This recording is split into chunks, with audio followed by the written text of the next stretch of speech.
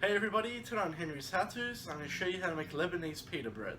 Let's get straight into it. So we'll start by placing 1 sachet of dry yeast into a bowl, along with about 1 teaspoon of white sugar. And we'll add in 1¼ cups of warm water. Now just give that a quick mix to get it dissolved. Now we'll just let this sit here for about 5 minutes for the yeast to activate. So after about 5 minutes, your yeast should start to bubble a little bit. If it's not, wait longer. Make sure your yeast is still good, or else you're just going to be wasting your time. So we're just going to add in a pinch of salt. We'll start by adding in 2 cups of plain flour.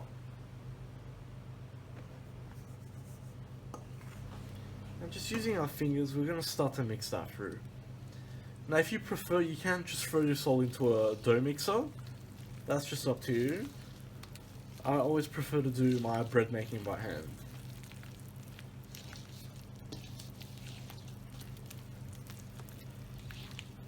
Once you've worked all that flour in, we'll add in another cup. And we'll work that through as well.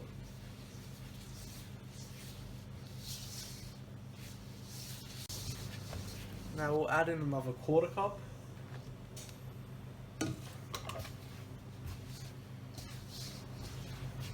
And all we need to do is keep mixing it until we end up with a nice smooth dough ball.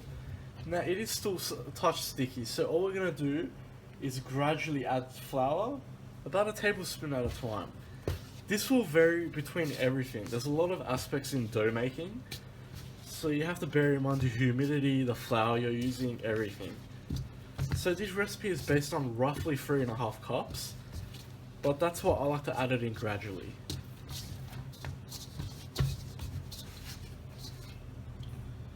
We'll add another tablespoon, and that should be enough. You just want it enough so it stops sticking to the bowl.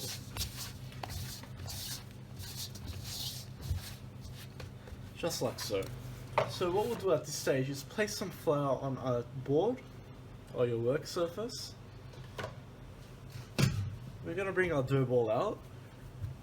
All we want to do is knead it for about 5 minutes.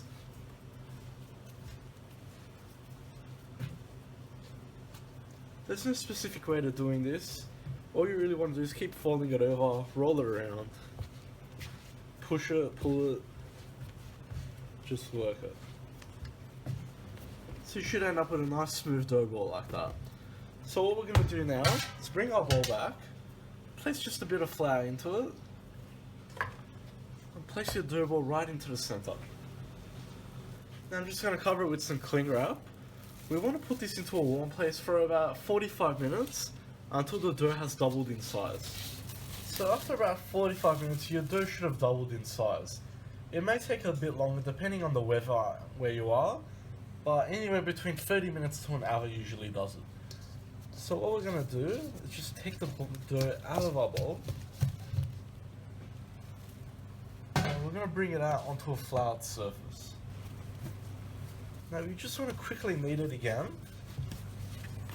What we need to do now is divide this into pieces. So I'm going to cut it in half again, and then half each of these again. So basically you're left with 8 pieces. Now make sure you are constantly flouring your surface as well, it's very important. Now just in our hands, we're going to tuck and push and roll all of these into a nice round ball.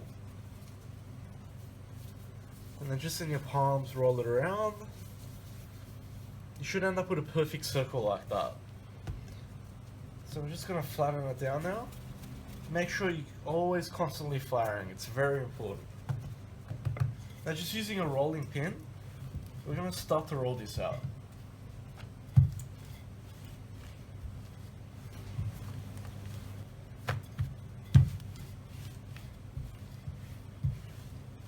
At this point, you also want to preheat your oven to about 260 degrees Celsius.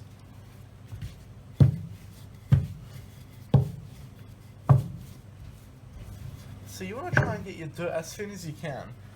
Now, it's not 100% important to get it as round as possible. That's just fine. Because it's handmade, we're not going to get it 100% perfect. Now, in my case, I'm going to use a round pizza tray for this to make it a bit easier. So what we're going to do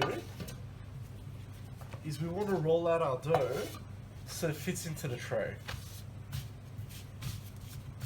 You can stretch it out a bit in here to make it a bit more round, that's fine. Just so we're left with something like this.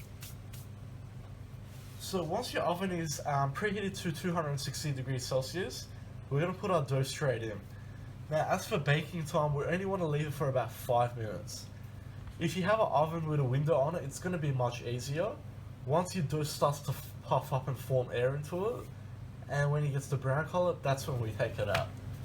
Now, in the meantime, we're just going to continue to roll the rest of our dough, just so it's ready. So whenever our tray comes out, we'll swap it over and keep on baking until we're all done. Alright guys, so first 5 minutes is up, and that's our first piece there. And just look at that, how perfect is that? So we'll set that to the side, get our next piece of dough, and we'll slap that straight on, and back into the oven we go. Okay guys, so as you can see, I'm just here baking away, and that's all there is to it. So once you get the hang of your oven time, your temperature, everything, you'll be able to figure out how long you have to leave it for. For example, this one here I left for 3 minutes. As you can see, it's nice and soft. Whereas these ones here are a bit harder, although personally I prefer them harder as they're less doughy. But this is a total 5 minutes. Same with these ones, for example. So simple as that. As for storage, obviously you can get a few days out of this. You can freeze them if you like, but they are so easy to make, you can just make them fresh whenever you want.